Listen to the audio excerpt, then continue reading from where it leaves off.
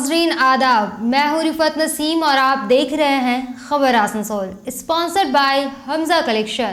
Hamza collection, Midwest hospital and medical institute, Midwest hospital, स्पर्श fertility and women's care, स्पर्श fertility and women's care. सीधे बढ़ते हैं आज की अहम तरीन खबरों की जानिब।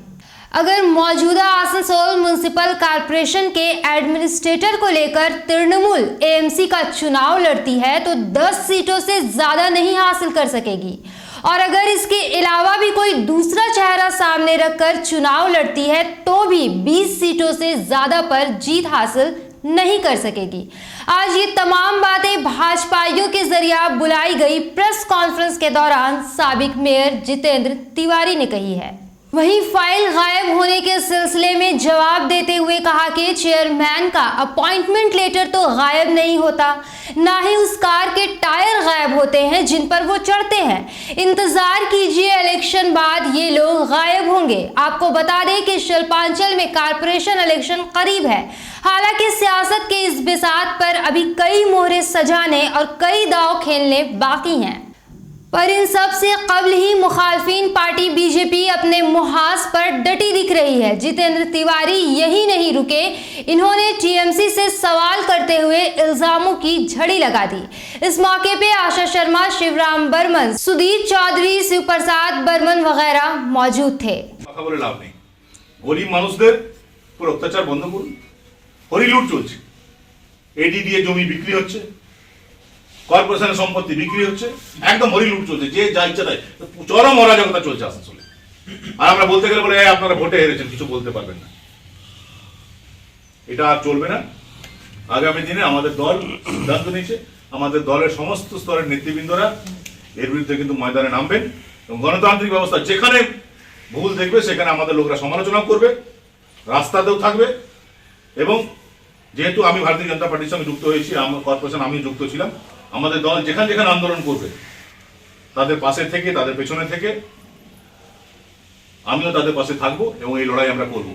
এবং আগামী দিনে আসানসোল কর্পোরেশন বলছি যে যিনি বর্তমানে আছেন ওনাকে যদি মেয়র প্রজেক্ট করে নির্বাচন লড়ে তৃণমূল কংগ্রেস, 10টার বেশি সিট যদি তৃণমূল কংগ্রেস পেয়েছে, আপনারা সেদিন আমাদেরকে প্রশ্ন করবেন। আর অন্য কাউকে আনলেও 20টার বেশি কাউন্সিল দিতে পারবেন। ওনাকে আনলে 10, আর অন্য কাউ কোনো ভালো মুখ নিয়ে এলে 10 থেকে খুব বেশি হলে 20, তার বেশি কাউন্সিলর আপনারা পাবেন না। আপনারা যা করেছেন আর জোর জবরদস্তি করবেন, জানি আপনারা প্ল্যানিং করছেন, জোর জবরদস্তি করবেন। আসানসোলে মানুষের উপর বিশ্বাস আছে, জোর জবরদস্তি যদি করেন, বুথ লুট করার যদি চেষ্টা করেন, তাহলে আসানসোলের মানুষ, জামুরিয়ার মানুষ, কুলটির মানুষ, বার্নপুরের মানুষ, রানীগঞ্জের মানুষ তার প্রতিবাদ করবে। আমরা মানুষকে রিকোয়েস্ট করব, যদি কেউ বুথ লুট করার চেষ্টা করে প্লিজ আপনারা প্রতিবাদ করুন। গণতান্ত্রিক ব্যবস্থায় বুথ লুট করে রাজনীতি করার কোনো সিস্টেম নেই, তবু যদি কেউ করে আপনারা তার প্রতিবাদ করুন। এই জিনিসগুলো আপনাদের সঙ্গে শেয়ার করার জন্য আজ আমরা আপনাদেরকে ডেকেছিলাম।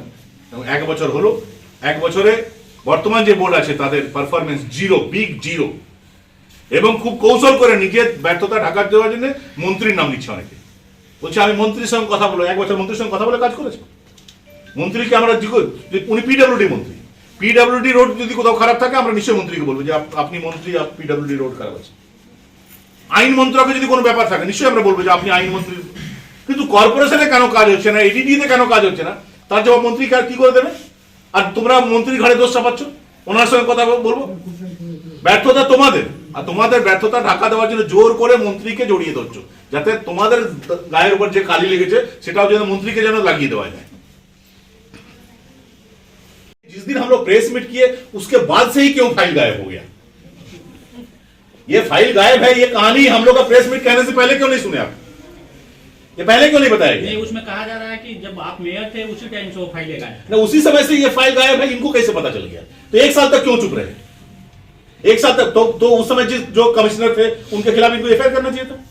उस समय जो इंजीनियर थे उनके खिलाफ एफआईआर करना चाहिए था। गायब तो ये लोग हो जाएंगे, वोट आने दीजिए, कॉर्पोरेशन से ये लोग गायब हो जाएंगे सब।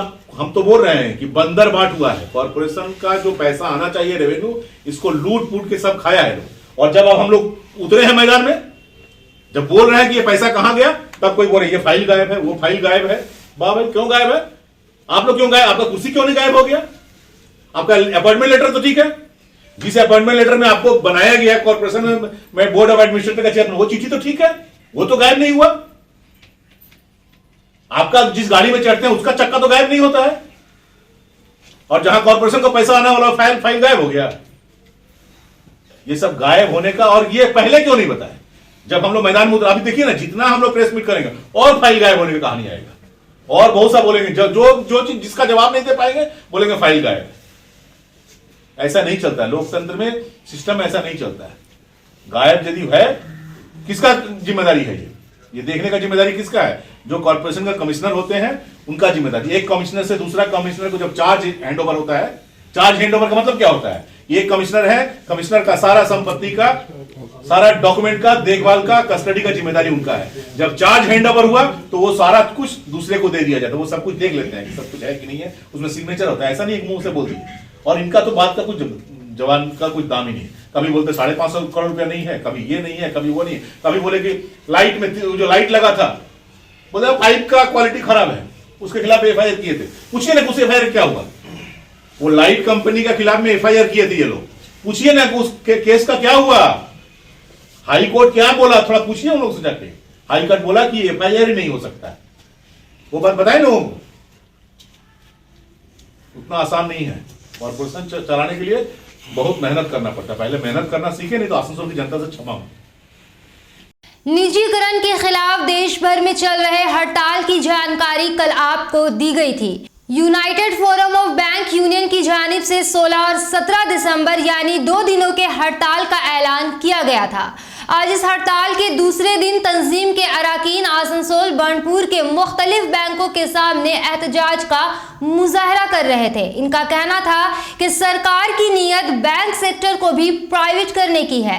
रेल, इंश्योरेंस कंपनियां और मुख्तलिफ सरकारी अमलों को निजी करने की तरफ देखने के बाद अब बैंकों को भी मुतासिर कर रही है। इन्होंने सरकार के इरादे पर जोर देते हुए कहा कि अगर सरकार इसी पर टिकी रही तो हम लोग तहरीक चलाएंगे। बैंकों की मुख्तलिफ शाखों के इस हड़ताल का साथ देते हुए नागरिक कमेटी और आंगनबाड़ी की खवातीन भी इस एहतजाज में शामिल हुई। আমরা ব্যাংক ধর্মঘট ডেকেছি ইউনাইটেড ফোরাম অফ ব্যাংক ইউনিয়নের পক্ষ থেকে। সারা ভারতে রাষ্ট্রায়ত্ত ব্যাংক, গভর্নমেন্ট ব্যাংক যেটা বেসরকারিকরণ করার অর্থাৎ প্রাইভেটাইজেশন করার যে চেষ্টা চলছে, গভর্নমেন্ট এই সেশনে, উইন্টার সেশনে পার্লামেন্টে বিল আনার কথা বলেছিল, তাই আমরা এর বিরোধিতা করছি। সেই বিরোধিতা করে আমরা স্ট্রাইকটা করছি। কারণ আমরা মনে করি যে 69-এর আগে যখন প্রাইভেট ব্যাংকিং ব্যবস্থা ছিল 650টার উপর 652 প্রাইভেট ব্যাংক উঠে গেছিলো, পাবলিক মানি শেষ হয়ে গেছিলো। তখনই 69-এ ব্যাংক ন্যাশনালাইজেশন হয়। টোটাল 20টা ব্যাংক ন্যাশনালাইজ হয়। ন্যাশনালাইজ হওয়ার পরে দেশের যে ইকোনমি প্রচুর ডেভেলপমেন্ট হয়েছে, ইনফ্রাস্ট্রাকচারাল ডেভেলপমেন্ট হয়েছে, প্রচুর ছেলে চাকরি পেয়েছে, গ্রামের গরিব মানুষ তারা কিছু করে খেতে পেরেছে, তারা মহাজনদের কাছে যে চড়া সুদে ঋণ নিত সেই ঋণ না নিয়ে তারা ব্যাংক থেকে ঋণ পেয়েছেন। পরবর্তীকালে এখনও সেলফ হেল্প গ্রুপে তারা ঋণ পাচ্ছেন।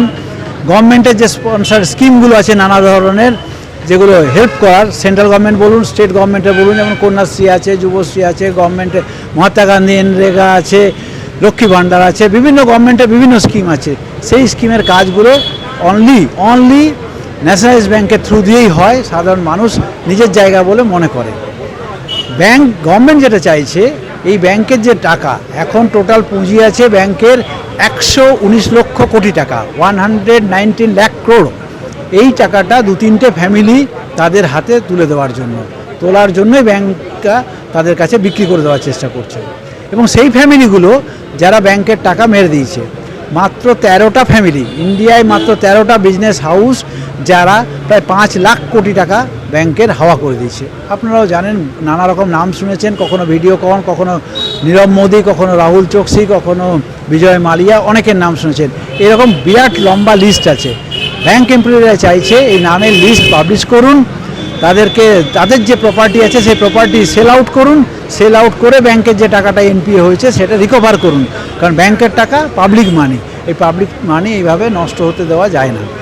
কোনো ব্যাংকে, আর এই লোকগুলোর কাছেই কিন্তু ব্যাংকে বিক্রি করার চেষ্টা করছে, এটা আমরা যার জন্য অপোজ করছি। আর কোনো ব্যাংকের কোনো লস নেই। ব্যাংকিং ইন্ডাস্ট্রি গত 10 বছরে 16,55,000 কোটি টাকা, 16,55,000 crore এত টাকার প্রফিট দিয়েছে। কিন্তু সেই প্রফিটটা শুধুমাত্র যারা এনপিএতে কিছু টাকা মেরে দিয়েছে তাদের ঋণটা মুকুব করার জন্য, তাদেরকে ঋণ খালাস করার জন্য এই ব্যবস্থা করছে। আর ব্যাংকের নাম্বার কমানো হচ্ছে মার্জার করে। 29টা ন্যাশনালাইজ ব্যাংক ছিল, এখন সেটাকে 12টা করা হয়েছে মার্জারের মাধ্যমে। আর এরপরে ওটাকে 4টে ব্যাংকে আনার চেষ্টা হচ্ছে, আরও মার্জার করা। কারণ তারপরে যখন প্রাইভেট করা হবে তাহলে একসাথে 5টা-6টা ব্যাংকে মার্জার করা, বিক্রি করা অনেক সহজ হবে। আমরা বলি যে এই মার্জার, এই প্রাইভেটাইজেশন সির্ফ ধোকা হ্যাঁ। এই ধোকা মানুষের সাথে হচ্ছে, দেশের জনসাধারণের সাথে হচ্ছে। শুধু তো ব্যাংক না, ইন্স্যুরেন্স বিক্রি হচ্ছে, রেল বিক্রি হচ্ছে, এয়ারপোর্ট বিক্রি হচ্ছে, খনি বিক্রি হচ্ছে, এমনকি ডিফেন্সকেও প্রাইভেট করে দেওয়ার চেষ্টা হচ্ছে, স্টিল অথরিটিকে বিক্রি করা হচ্ছে, টেলিকমিউনিকেশনকে বিক্রি করা হচ্ছে। এই টোটাল একটা বিক্রি সরকার, যারা নিজেরা কোনো কিচ্ছু করতে পারলো না, একটা ন্যাশনালাইজ সেক্টর ওপেন না করে শুধু পুরনো যে ন্যাশনালাইজ সেক্টর সেগুলোকে বিক্রি করছে 2-3টে ফ্যামিলির হাতে। আমরা অপোজ করছি এবং আমরা খুশি যে সারা ভারতবর্ষের যত সেন্ট্রাল ট্রেড ইউনিয়ন তারা আমাদের সাপোর্টে আছে, ইন্স্যুরেন্স অ্যাসোসিয়েশন আমাদের সাথে আছে, even world federation of trade union আমাদের সাথে আছে। যে কিষাণরা আন্দোলন করছেন সেই কৃষকদের লিডাররাও আমাদের সাথে আছেন, সাধারণ মানুষ, গ্রাহক যারা আছে প্রত্যেকে আমাদের সাথে আছেন। তারাও এসে আমাদেরকে সাপোর্ট করে বক্তব্য রাখছেন এবং তারা আগামী দিনে যদি আরও বড় কোনো আন্দোলনে যায় মানুষ আমাদের সাথে থাকবে, এই বিশ্বাস আছে। আমার নাম বিশ্বনাথ চ্যাটার্জি, আমি ইউনাইটেড ফোরাম অফ ব্যাংক ইউনিয়নের পক্ষ থেকে বলি। আমরা লক্ষ্য করলাম গত দুদিনের যে ব্যাংক ধর্মঘটটা, এই ধর্মঘটটা কিন্তু এমনি ধর্মঘট না, এটা অন্য 5টা ধর্মঘটের থেকে সম্পূর্ণ আলাদা। এখানে ব্যাংক এমপ্লয়ীদের স্বার্থের থেকে জড়িয়ে আছে সাধারণ গ্রাহকদের স্বার্থ। এই বিষয়টাকে উপলব্ধি করে গতকাল আমি এসেছিলাম, আমি এখানে আমার বক্তব্য রেখেছিলাম এবং আমি কথা দিয়েছিলাম আজকে গ্রাহকদের একটা সংখ্যা সেখানে যাতে আমরা থাকতে পারি। সেই মতো করে আমাদের আসানসোলের নাগরিক প্রতিরোধ মঞ্চ প্রস্তুতি কমিটি, যেটা আমরা এখানে গড়ে তোলার চেষ্টা করছি, তার পক্ষ থেকে আমি সবার সঙ্গে কথা বলে আমাদের এখানে একটা ভালো রকম সংখ্যা প্রথম সকাল থেকেই ছিল। তারা গান করেছে, তারা গানের মধ্যে দিয়ে এবং কেউ বক্তব্য রেখে কেন আমরা আজকে থাকবো গ্রাহকরা। আজকে আপনারা জানেন ইউনাইটেডের যে ফোরাম, ব্যাংক এমপ্লয়ি যে ফোরামটা, এই ফোরামটা সংযুক্তভাবে যুক্ত হয়ে এই আন্দোলনটা করছে।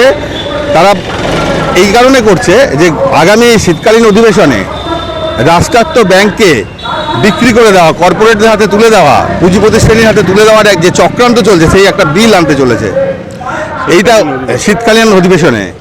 এইটা রোকবার জন্য এইটা একটা হুঁশিয়ারি, এই দুদিনের ব্যাংক ধর্মঘটটা একটা হুঁশিয়ারি। এতেও যদি না আটকায় বিজেপি ফ্যাসিস্ট সরকার, এতেও যদি না শোনে, যদি অনড় থাকে, তাহলে লাগাতার ব্যাংক ধর্মঘট দিকে যাওয়ার একটা চিন্তা ভাবনা হয়েছে এবং সেই দিকে যাবে। কারণ এই রাষ্ট্রায়ত্ত ব্যাংকগুলোকে বিদেশি কর্পোরেট হাউসের হাতে তুলে দেওয়া মানে হচ্ছে কি না, সম্পূর্ণভাবে আমাদের সাধারণ গ্রাহকদের যে আমানত, যে টাকা পয়সা সেখানে থাকে, সম্পূর্ণ অসুরক্ষিত হয়ে যাবে। আমরা এর আগে দেখেছি স্বাধীনতার আগেও যে সমস্ত ব্যাংকগুলো বেসরকারি পুঁজিপতি শ্রেণীর হাতে ছিল, সেই ব্যাংকগুলো লাটে উঠেছিল এবং অনেক মানুষের টাকা নষ্ট হয়েছিল। জাতীয়করণের পরে এই ব্যাংকগুলোকে রাষ্ট্রায়ত্ত ব্যাংকের অধীনে এনে গ্রাহকদের সুরক্ষাটাকে সুনিশ্চিত করা হয়েছিল। আজকে এটা সম্পূর্ণ ধসে যাবে। আপনারা জানেন এর আগে কোটি কোটি টাকা তছরূপ করে দিয়ে বিভিন্ন পুঁজিপতি শ্রেণী তারা বিদেশে পালিয়ে গেছে এবং সেটা করেছে তারা কিভাবে না, এই সমস্ত রাজনৈতিক দলের মদতেই করেছে। তাই সাধারণ গ্রাহকদের স্বার্থ এই ধর্মঘটে সম্পূর্ণভাবে যুক্ত রয়েছে। আমরা সাধারণ গ্রাহকের কাছে অনুরোধ করব এবং অ্যাপিল জানাচ্ছি নাগরিক প্রতিরোধ মঞ্চের পক্ষ থেকে, তারা এই ধর্মঘটে সামিল হন এবং ধর্মঘটে থেকে নিয়ে যে সুসম্পর্কটা ব্যাংক এমপ্লয়িদের সঙ্গে গ্রাহকদের সুসম্পর্কটা গড়ে তোলা। আমরা অনেক সময় গ্রাহকরা ব্যাংক এমপ্লয়িদের ভুল বুঝে থাকি, তারাও কিন্তু আজকে রাষ্ট্রায়ত্ত এই ব্যাংকে যারা কাজ করছেন সম্পূর্ণভাবে কিন্তু তারা প্রচণ্ডভাবে বিপর্যস্ত। সমস্ত লোডটা তাদের ওপর চাপিয়ে দেওয়া হয় এই সরকারের পলিসির জন্যে। কোটি জিরো অ্যাকাউন্টে ব্যালেন্স তাদের খুলতে হয়। এইগুলো করতে গিয়ে সাধারণ গ্রাহকদের সঙ্গে তাদের একটুখানি দূরত্ব বেড়ে যায়, সাধারণ গ্রাহকরা সার্ভিস দিতে পারেন না, মানুষ ভুল বোঝে।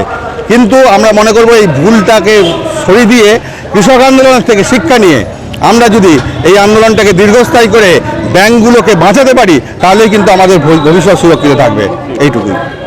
बर्नपुर के रहमतनगर में पिछले 6 सालों से लगान क्लब की जानिब से होम लीग क्रिकेट टूर्नामेंट का एहतमाम किया जाता रहा है, जिसमें 16 टीमें हिस्सा लेती हैं, जिसमें वार्ड नंबर 82 और 83 से लोग आते हैं। लगान क्लब के रूहे रवा शम्स खान ने इस साल टूर्नामेंट के एहतमाम पर बताया कि इस मैच को देखने के लिए काफ़ी तादाद में लोग जमा होते हैं और लोगों के इस हौसले को देखते हुए पिछले मैच में इनके लिए नाश्ते का इंतज़ाम किया गया था। इस बार भी बुजुर्गों के लिए संतरे का इंतजाम किया गया है। बहुत अच्छी गेंदबाजी, एक खराब फील्डिंग।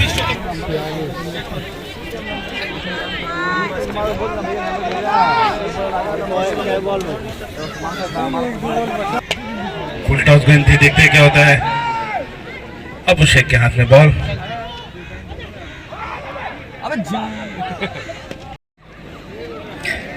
जी हाँ, आप देख सकते हैं आज ये सीनियर सिटीजन के लिए शम्स खान लगान क्लब के प्रेसिडेंट है और हर साल हम लोग होम लीग वार्ड 82-83 में एक क्रिकेट टूर्नामेंट कराते हैं जिसमें 16 टीम एंट्री लेती हैं और गेम चलता है लीग का और बहुत सारे ऑडियंस भी आते हैं, अपना कीमती वक्त देते हैं। तो उनके लिए हम सोचे कुछ ना कुछ ऑडियंस के लिए भी इंतज़ाम किया जाए।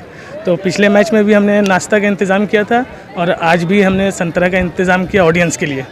और ऑडियंस मैच को अच्छा से देखते हैं, टाइम देते हैं, तो इसीलिए हम सोचे कि कुछ ऑडियंस के लिए भी किया जाए। तकरीबन कितने सालों से ये टूर्नामेंट है? ये आज 6 साल से हम लगान क्लब हम लोग ऑर्गेनाइज़ कर रहे हैं इस टूर्नामेंट को।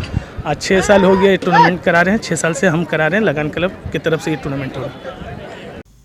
नाजरीन, वक्त तो चला है मुख्तसर से वक्फे का।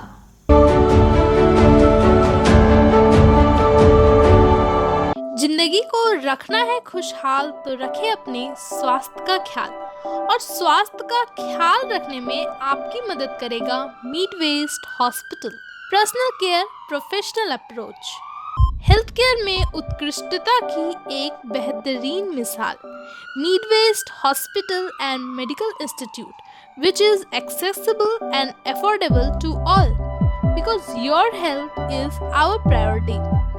100-bedded IPD unit, super specialist doctors के साथ ही साथ यहाँ कई तरह की फैसिलिटीज उपलब्ध है, जैसे emergency 24/7, modular OTs, ICU, NICU, HDU, pharmacy 24/7, day care unit, dialysis unit, dental unit, diagnostic and pathological service with fast, friendly, accurate and a higher level of care for you.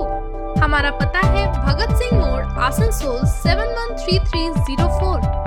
Contact number 9123873265, 9609002666, 6295280253। National Urdu public school, Asansol rail पार, OK road. National Urdu public school, जहां उर्दू, बांग्ला और अंग्रेजी की तालीम का बंदोबस्त है। आपके शहर में आपके बच्चों के लिए सुनहरा मौका, दाखिला बिल्कुल मुफ्त, साथ ही स्कूल की जानिब से बच्चों को स्कूल बैग भी दिए जाएंगे, वो भी बिल्कुल मुफ्त। इसलिए देर ना करें, आज ही एडमिशन करवाएं क्योंकि सीटें हैं महदूद। National Urdu public school, rail पार, ओके रोड, आसनसोल। महिलाओं के समस्याओं के समाधान के लिए अब आसनसोल में शुरू हो गया है स्पर्श फर्टिलिटी एंड वुमेन्स केयर। यहाँ महिलाओं की जटिल से जटिल समस्याओं का सटीक इलाज किया जाता है। इसके अलावा विशेषकर इनफर्टिलिटी अर्थात बांझपन का निदान भी किया जाता है। ध्यान रहे, हमारे यहाँ अत्याधुनिक तकनीक द्वारा इक्सी करने की भी सुविधा उपलब्ध है। यहाँ ओटी में HU व HEPA फिल्टर सिस्टम है, जिससे ओटी का वातावरण स्वच्छ और पोल्यूशन मुक्त रहता है। यूट्रस में माँ के गर्भाशय की तरह स्थिति रहती है। इसके अलावा अत्याधुनिक ICSI machine, world top notch laminar flow के साथ बेंच टॉप इंक्यूबेटर। अब मेट्रो सिटी की सुविधा आपको करीब मिलेंगे। इसके अलावा हमारे यहाँ डॉक्टर स्वयं सोनोग्राफी करते हैं और रिपोर्ट तुरंत दिया जाता है। तो महिलाओं की कोई भी समस्या हो उसके लिए संपर्क करें स्पर्श फर्टिलिटी एंड वुमेन्स केयर। हमारा पता है आविष्कार building, 3rd floor, GT road, Asansol. Hamza collection शादी ब्याह और ईद जैसे खास मौके को और भी शानदार बनाने के लिए हमजा कलेक्शन लेकर आया है ढेरों स्टाइल और डिज़ाइन के लेडीज ड्रेसेस जैसे सलवार सूट, गरारा, लहंगा, घाघरा, क्रॉप टॉप, वो भी होलसेल प्राइस पर। तो इसे कहीं और क्यों जाना, हमजा कलेक्शन ही आना। हमारा पता है रेल पार, कुरैसी मोहल्ला, नियर ऑटो स्टैंड। गंधर्व कला संगम एक कल्चरल तंजीम है जो हिंदुस्तान के कल्चर को उभारने के लिए और बचाने के मकसद से हर साल प्रोग्राम का इनेकाद करती रही है। न्यू जनरेशन में कल्चर को जिंदा रखना इनका मकसद है, पर पिछले सालों लॉकडाउन की वजह कर ये नहीं हो पाया था। पर इस बार रानीगंज और आसनसोल को एक साथ लेकर ये प्रोग्राम होने जा रहा है और इसके आसपास के इलाकों को भी इसमें शामिल किया जाएगा। 20 दिसंबर के सुबह 9 बजे से ये प्रोग्राम होने जा रहा है। जैसा कि आप लोग जानते हैं कि गंधर्व कला संगम एक सांस्कृतिक संस्था है जो भारतीय संस्कृति सब तरह का, माने चाहे वो डांस हो, म्यूज़िक हो, हाथ के कला का काम हो, drawing, painting, sculpture, everything, recitation, सब कुछ, माने इंडियनिज़्म, हमारी जो संस्कृति, पुरानी जो कल्चर थी जो खोते जा रही है, बस उसी को थोड़ा सा हम लोग प्रमोट करना चाह रहे हैं, बचाना चाह रहे हैं और न्यू जनरेशन्स में हम लोग इसको पहुंचाना चाह रहे हैं। ये हम लोग काम बहुत दिन से करें, जैसे कि आप लोग जानते हैं। तो एक बहुत लॉन्ग स्ट्रगल के बाद 2020 में गवर्नमेंट हमारे साथ एसोसिएशन में आए थे। कई सारा काम जो रानीगंज में आदिवासी उत्सव हुई थी, उसके बाद वो प्रोग्राम को देखते हुए और ध्यान में रखते हुए हम अप्लाई किए थे ministry of culture, government of India, new Delhi. तो वो अप्रूवल हो गई थी, लेकिन दुर्भाग्यजनक बात यह है कि उसके बाद ही तुरंत बाद, माने मार्च में प्रोग्राम हम लोग को होने वाली थी, तो वो लॉकडाउन के चलते 1.5-2 साल पूरा बंद हो गई थी। तो अभी अगस्त सितंबर में उन लोग से इन्फॉर्मेशन आई कि ये प्रोग्राम को जल्द से जल्द करके हम लोग को रिपोर्ट भेजिए। तो उसके बाद फिर पूजा का सीज़न आ गया तो हम लोग नहीं कर पाए। तो दिसंबर 23 का एनुअल कल्चरल मीट जो हम लोग का हर साल होता है, एक साल रानीगंज में होती है, एक साल आसनसोल में रविंद्र भवन में। तो 2019 में हम लोग का हुई थी आसनसोल रविंद्र भवन, जो हमारे तब के प्रेसिडेंट, बहुत दुखद जिनका मौत हो गया, तो उनके प्रेसिडेंटशिप में ये हुई थी काम और बहुत अच्छी प्रोग्राम हुई थी। और उसी साल के बाद 20th में मैंने 2020 में रानीगंज में ड्यू थी जो थम गई थी, तब वही प्रोग्राम को अभी हम लोग करने जाने वाले हैं। तो इसमें Asansol and Raniganj both are involve, both the places are involve. और ये आसनसोल रानीगंज को केंद्र कर आसपास जितने भी जगह है, चित्तरंजन से लेके बोलपुर, बांकुड़ा से लेके जामुड़िया, इधर हम लोग मैंने 5 डिस्ट्रिक्ट के स्टूडेंट्स लोग चुने हुए, हम लोग ज़्यादा गैदरिंग नहीं कर पाएंगे तो रिस्ट्रिक्शन मेंटेन करते हुए चुने हुए कैंडिडेट्स को लेके हम लोग ये काम ख़त्म करेंगे, जो कि सोमवार 20 तारीख शुरू हो जा रही है। सुबह 9 बजे से 1:30 बजे तक रानीगंज में वर्कशॉप होगी। ये वर्कशॉप में Bharatanatyam and Manipuri will be trained by एकदम गुरु लोग, जो गुरु बोल के जिन लोग को हम लोग मानते हैं, बुजुर्ग गुरु लोग, वो लोग आएंगे विश्व भारती और रविंद्र भारती से और उन लोग ट्रेंड करेंगे। हमारे जो स्टूडेंट्स, एक्चुअली हम जहाँ से हमको ट्रेनिंग मिली है, वो सब गुरु के अंडर में हमारे बच्चे लोग को भी हम छत्र छाया में लाना चाह रहे हैं कि वो गुरु शिक्षा का परंपरा उन लोग कायम रख सके, सीख सके। अभी तो मोबाइल का युग है, तो इसमें तो बच्चे लोग का ये सब कल्चरल एक्टिविटीज़ खोता जा रहा है। तो दिस इज़ द मोटिव। और कुछ बच्चे को हम लोग प्रमोट करना कोशिश करेंगे, गरीब बच्चे लोग को। और उसके बाद एक छोटी सी प्रोग्राम होगी जहाँ पे सर्टिफिकेट्स ये सब दिया जाएगा आसनसोल में, हिलव्यू पार्क, पूजा कमेटी, महिला पूजा कमेटी जो है हिलव्यू पार्क में। तो वहाँ पे हम लोग 22 तारीख को प्रोग्राम है शाम को, छोटी सी एक घरेलू प्रोग्राम। एंड मेन प्रोग्राम 23 तारीख को इस साल के लिए रानीगंज में लायंस क्लब में है। नाजरीन, आज की खबरें बस यहीं तक। कल फिर होगी आपसे मेरी मुलाकात, तब तक के लिए अल्लाह हाफिज़।